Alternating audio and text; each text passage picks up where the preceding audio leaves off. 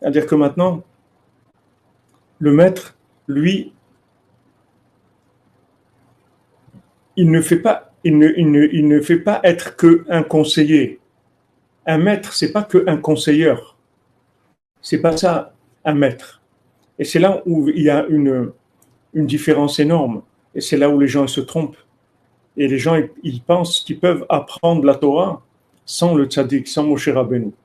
Ça n'existe pas. Sans Moshe Rabbeinu, il n'y a pas de Torah. C'est n'importe quoi. Il n'y a pas de Torah. La seule façon d'apprendre la Torah, c'est de Moshe Rabbeinu. C'est-à-dire la Torah, on l'apprend avec Moshe Rabbeinu. On prend la Torah et Moshe. On ne prend pas que la Torah. Que la Torah, si on prend que la Torah, ça devient ma Torah à moi. C'est moi qui l'interprète. Mais si je prends la Torah de Moshe, j'interprète rien. Je prends la Torah comme le tzaddik qui m'a dit. Le tzaddik il me dit, regarde, moi je connais la Torah mieux que toi. Oui. Moi je suis plus proche de Dieu que toi. Oui. Alors voilà ce que je te dis. Parle avec Dieu tous les jours. Parle avec Dieu tous les jours, avec ça tu vas tout réparer. Alors on écoute le tzaddik. On a confiance en lui. Et ça, c'est notre travail principal. Le travail principal, c'est ça. C'est le rapprochement au tzaddik. C'est d'être plus proche de Moshe Rabbeinu. Plus on se rapproche de Moshe Rabbeinu, et plus on va faire tchouva, on va s'améliorer, on va changer nos midot, nos traits de caractère. On va tout avoir. Plus on se rapproche de lui, et plus on reçoit, puisque lui dit Ani echolakol. Moi, je peux tout. C'est-à-dire, moi, je peux tout faire pour toi. Rabbeinu l'a dit, sans moi, vous ne pouvez rien faire. Sans Yosef, ils ne peuvent rien faire. Comme il a dit, Paro, il dit, il n'y a pas quelqu'un dans tout le pays qui va lever sa main ou son pied sans toi. Il n'y a personne qui bouge dans le pays sans toi. Toi, tout doit passer par toi. Tout. C'est Paro qui dit à Yosef. Il faut maintenant que la Torah qu'on apprend, il faut qu'elle passe par le tzaddik. Ce qu'on sait, si on sait quelque chose, on le sait parce que le tzaddik qui nous l'a dit, c'est tout. Pourquoi on sait que Ouman Rosh Hashanah a la colle? Parce que lui qui a dit ça, c'est tout. Nous, on ne sait rien. Pourquoi l'Idbodedut, c'est la plus grande chose qu'il y a? On ne sait rien. Pourquoi mitzvah gdola liot besimchat tamid, c'est une grande mitzvah d'être toujours joyeux? On ne sait rien, on ne sait pas pourquoi. C'est là où il faut s'investir. C'est là où il faut chercher. C'est là où il faut avancer. Il faut se rapprocher plus du tzaddik. Plus. Même si quelqu'un y croit, il se lève, il écoute Rabbeinu, il fait ça, il fait l'autre. S'il voit dans quel état il est, c'est uniquement parce qu'il est loin du tzaddik, c'est tout. Parce que s'il était plus proche, le tzaddik, il aurait déjà changé dans tous ses traits de caractère. Shalom, shalom, Elion.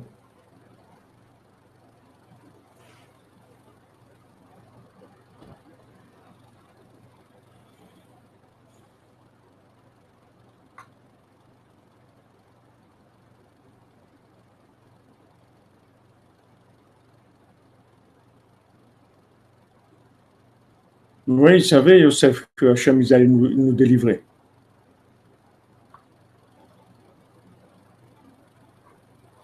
Tout à fait.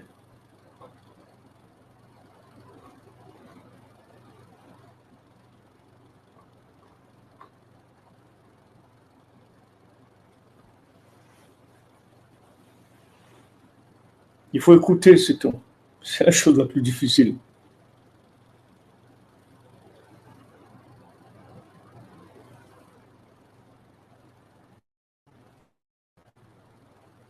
Le plus difficile, c'est d'écouter. Combien il faut prier Hachem pour avoir Emunat Chachamim, pour avoir confiance dans le Sadiq. Combien il faut demander à Hachem. Hachem, aide-moi à avoir confiance dans le Sadiq. Aide-moi à augmenter ma confiance, à développer ma confiance. à connaître la grandeur, la valeur redoutable de chacune des paroles de Rabbeinu. Vous voyez ici, ces tzadikim-là, ces gens qui nous expliquent, qui nous donnent des allusions sur le Sipur Maasiot, le Rav de Tchérin, qui étaient des tzadikim, des gens d'un niveau très élevé. Et vous voyez, chaque mot de Rabbeinu, ils disent comment c'est redoutable, que c'est des mots qui sont d'une puissance, d'une grandeur redoutable. Chaque notion d'un Sipur Maasiot, vous voyez il y a un honneur, il y a un honneur, il y a une crainte énorme qui se dégage de chaque mot de Rabbeinu. Il y a une crainte énorme, énorme. Quand Rabbeinu il a dit cette Torah 60, qui parle des Sipurim Maasiot, qu'on a vu qu'Avraham ben Nachman il nous a dit que la Torah 60, elle va avec le premier conte et que c'est la base de tout l'accès au conte. Le premier conte est la Torah 60. Quand Rabbeinu il a, avant de dire cette Torah, on l'avait lu.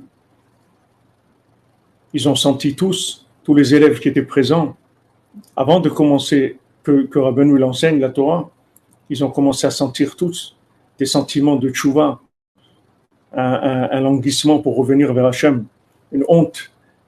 Et après, quand Rabbeinu il a commencé à dire la Torah 60, ils ont tous commencé à pleurer. Et ils pleuraient tellement que Rabbeinu ne pouvait pas continuer l'enseignement. Il a dû attendre qu'ils se calment de leurs sanglots. Et après, il a commencé à enseigner. C'est-à-dire, Rabbeinu, avant même de commencer l'enseignement, il avait déjà connecté ses âmes, les âmes de ses élèves, avec l'enseignement. Il avait déjà connecté, ils ont ressenti la puissance de l'enseignement, avant même que Rabbeinu commence à dire, uniquement parce qu'ils étaient connectés à lui. Donc, ils ont ressenti déjà l'enseignement avant même qu'il commence à dire. Donc ça, c'est, si vous voulez, valable pour tous les enseignements de Rabbeinu. Il faut les vivre. Il faut les vivre. C'est pas comprendre. Comprendre, c'est secondaire. Mais il faut vivre. Il faut les vivre, les enseignements. Les vivre, c'est avoir confiance dans le maître et savoir que chaque mot du maître, c'est quelque chose de profond, d'extraordinaire, de redoutable, d'extrêmement puissant, et que ça a la force de tout réparer, chaque mot de Rabbeinu. Seulement, c'est pour qu'il puisse donner la réparation dont il est porteur, le mot ou la notion, pour qu'elle puisse donner la réparation dont elle est porteuse. Ça dépend de notre degré de confiance qu'on va avoir dans le tzaddik, c'est tout. Plus on aura confiance, et plus le remède il va agir. Et on peut arriver vraiment à des niveaux extraordinaires. Donc, autant qu'on voit qu'on est loin et qu'on voudrait vraiment faire tchouva, on en est loul, on est à quelques jours de Rosh Hashanah, et on voudrait tellement changer, tellement être mieux. On veut tellement être mieux dans beaucoup de domaines, chacun il sait où il est. Il faut savoir que le changement, il dépend de combien on va arriver chez le mendiant, c'est-à-dire combien on va faire confiance au mendiant pour qu'il puisse nous traiter. C'est de ça que tout va dépendre. En fait, on devrait parler de ça tous les jours, parce que c'est le principal. Après,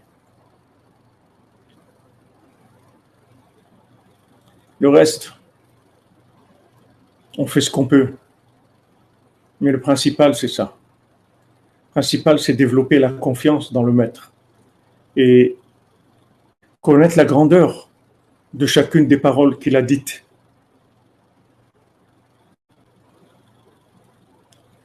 Comme il dit Avraham Nachman, j'aurais bien aimé que je le mérite, que je comprenne une parole de Rabbeinu 10 000 ans après la résurrection des morts. Une parole de Rabbeinu. On ne peut pas imaginer la grandeur des enseignements de Rabbi Nachman.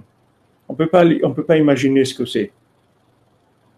Mais si maintenant on a confiance, doucement, doucement, ils vont prendre de l'ampleur. Les paroles elles vont prendre de l'ampleur, elles vont rayonner, elles vont résonner en nous. C'est ça qui va nous changer. C'est comme ça qu'on va changer. C'est comment on va changer sinon.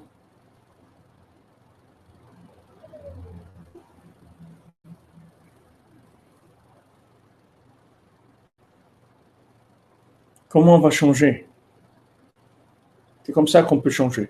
Il n'y a pas d'autre possibilité de changer. On ne va pas changer en bricolant notre, notre, notre machine à nous. On ne sait pas. On ne sait pas comment se réparer du tout. Même si on voudrait faire tchouva, comme Rabbi Nathan il y a un tzaddik qui a dit que dès que le mois des loups arrive, alors même les poissons, ils tremblent dans la mer de la peur de Rosh Hashanah. Alors Rabbi Nathan, il a dit combien on doit trembler quand on ne tremble pas. Quand on voit qu'on ne tremble pas, combien il faut trembler de ça qu'on ne tremble pas. Donc nous, on voit comme on est. Donc, il faut chercher une solution qui soit une solution véritable, une solution, un remède, un remède. Le remède, il est là. Seulement, le degré de confiance qu'on a dans le maître, c'est ça qui va déclencher l'effet du remède. Plus on aura confiance dans le maître, et plus le remède, il va révéler, il va donner toute la puissance qu'il a en lui. Mais